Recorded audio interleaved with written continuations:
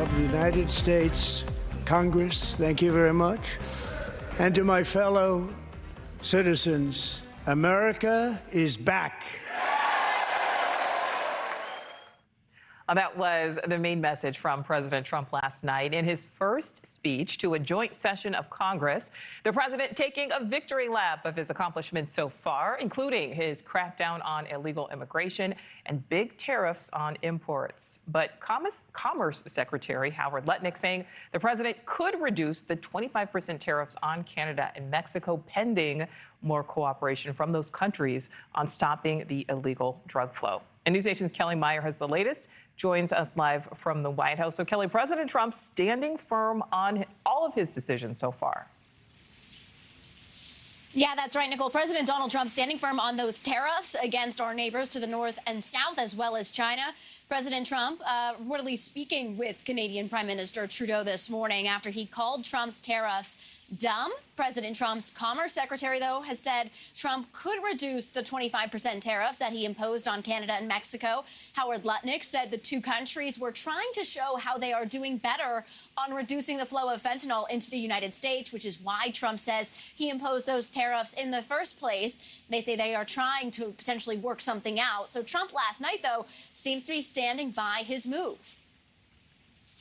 Tariffs are about making America rich again and making America great again, and it's happening, and it will happen rather quickly. There'll be a little disturbance, but we're okay with that.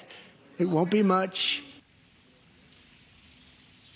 President Trump, though, seeming to warm up to letting Ukraine's President Volodymyr Zelensky back into his good graces after negotiations on the minerals deal and peace deal went cold last week. Trump revealing he had received an important letter, he says, from Zelensky ahead of his speech, saying he is ready to come to the negotiating table, quote, as soon as possible. Trump saying they received a strong signal. They are ready for peace, which is what Trump had said to him initially on Friday to come back when he was ready for peace. So this could revive the Ukrainian minerals deal, though no date set on when that could be signed. National Security Advisor Mike Waltz telling reporters this morning that there will be more talks ahead with Ukrainians after Trump had pulled aid and intel to Ukraine earlier this week, Nichole. All right. And Kelly, there was a bit of a blow that we learned this morning to the Trump administration. The Supreme Court rejecting the president's attempt to avoid paying that nearly $2 billion in foreign aid. What more are we learning?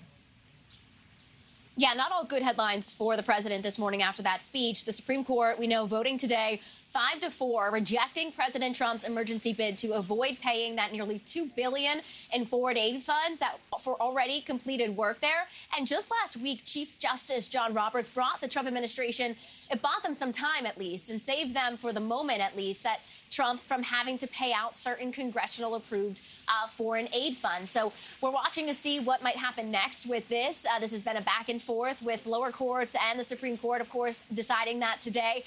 Initially had bought Trump some time, but ultimately rejecting his bid. So that could be having to pay out those completed contracts for foreign aid.